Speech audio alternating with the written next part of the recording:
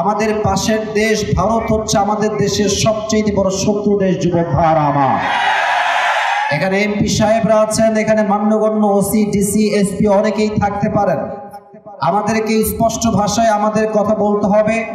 আমরা ভারতের সঙ্গে কোনো দাঙ্গা চাই না, কোনো মারামারি চাই না, কোনো বিভেদ চাই না, কোনো রকম কোনো দাঙ্গা আমরা চাই না।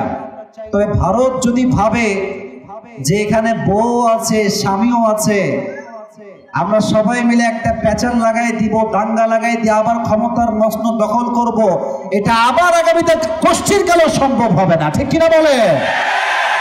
আমি একটা কথা বলতে বড় লজ্জা পাচ্ছি, বাট আমাকে বলতে হবে। ভারতের যে সাংবাদিক গুলো আছে, এদেরকে সাংবাদিক আমার কম মনে হয়, হকার বেশি মনে হয় আমার।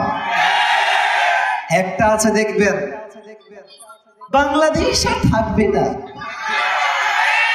এর কথা শুনলে মনে হয় হিজড়ার কথা বলছে। যুবক ভাইরা আমার, আর একে দেখলে আমার মনে হয় যে এটা সাংবাদিক হওয়া বাদে আমাদের ঢাকার গুলিস্তানে আন্ডারপ্যান্ট বিক্রি করলে বেশি মানাবে। বগুড়ার ভাই, আমরা মুসলমান ঘরের সন্তান, দাঙ্গা চাই না তাই চুপ থাকি, নয় এই সমস্ত দালাল মিডিয়ার সাংবাদিকদেরকে সাইজ করতে মুসলমানদের 5 মিনিটও দরকার হবে না। যুবক ভাইরা, তারা ভাবছে যে ডক্টর ইউনূস সাহেব তো অনেক ভদ্র মানুষ, সভ্য মানুষ, কিন্তু তারা বাঙালিকে এখনো চিনতে পারে নাই।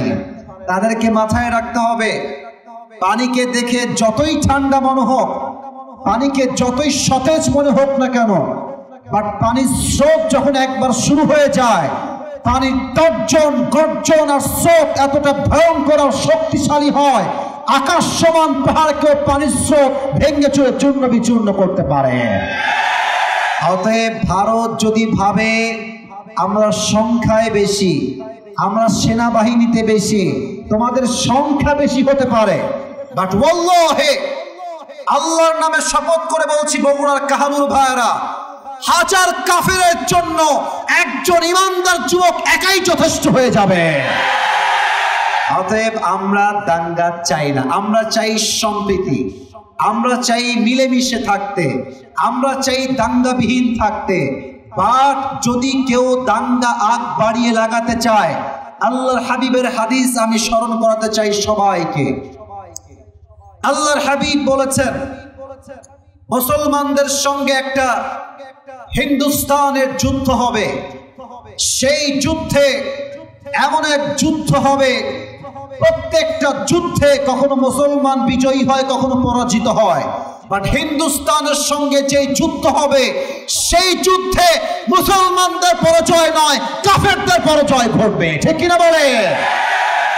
আমি স্পষ্ট ভাষায় বগুড়া মাইকে শেষ কথা বলতে চাই, আগামীতে আবার এই দেশে নির্বাচন হবে। তবে হ্যাঁ, আমি জানি এই কথা অনেকের গায়ে গিয়ে আঘাত করবে।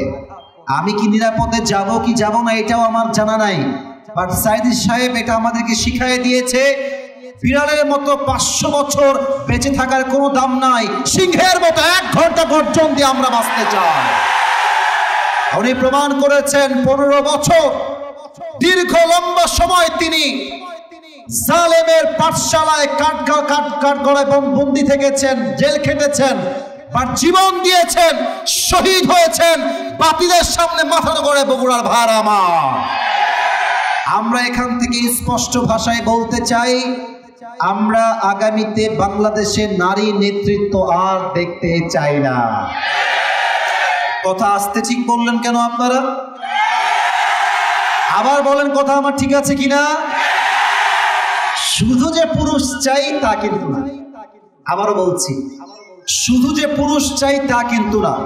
আমরা আগামীতে বাংলাদেশের প্রধানমন্ত্রীর চেয়ারে এমন একজন পুরুষকে দেখতে চাই, যিনি প্রধানমন্ত্রীও হবেন এবং তার যোগ্যতা এতটা হাইলি কোয়ালিফাইড হবে, যিনি প্রধানমন্ত্রী হওয়ার পরে জাতীয় মসজিদ বাইতুল মুকাররমে দাঁড়িয়ে জুমার খুতবা দেওয়ার যোগ্যতা রাখবে। আমার বগুড়ার ভাইরা, এটার জন্য কাকে ভোট দেওয়া লাগবে, কাকে দেওয়া লাগবে না, the decision is totally yours.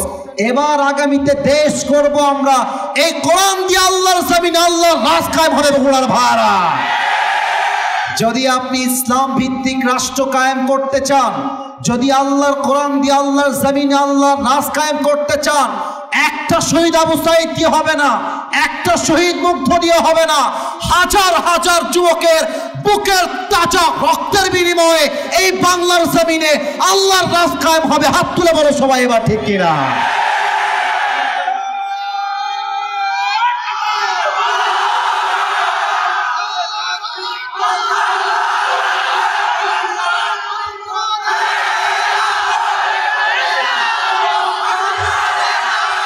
আল্লাহ তাআলা এই স্লোগানকে কবুল করুন। সকলেই দিল খুলে পড়া আমিন। 5 আগস্টে এখানে মনির নামে একজন ভাই শহীদ হয়েছে। আল্লাহ তাকে জান্নাতুল ফেরদাউসের উঁচু মাকাম নসিব করে দিই। সকলে পড়া আমিন।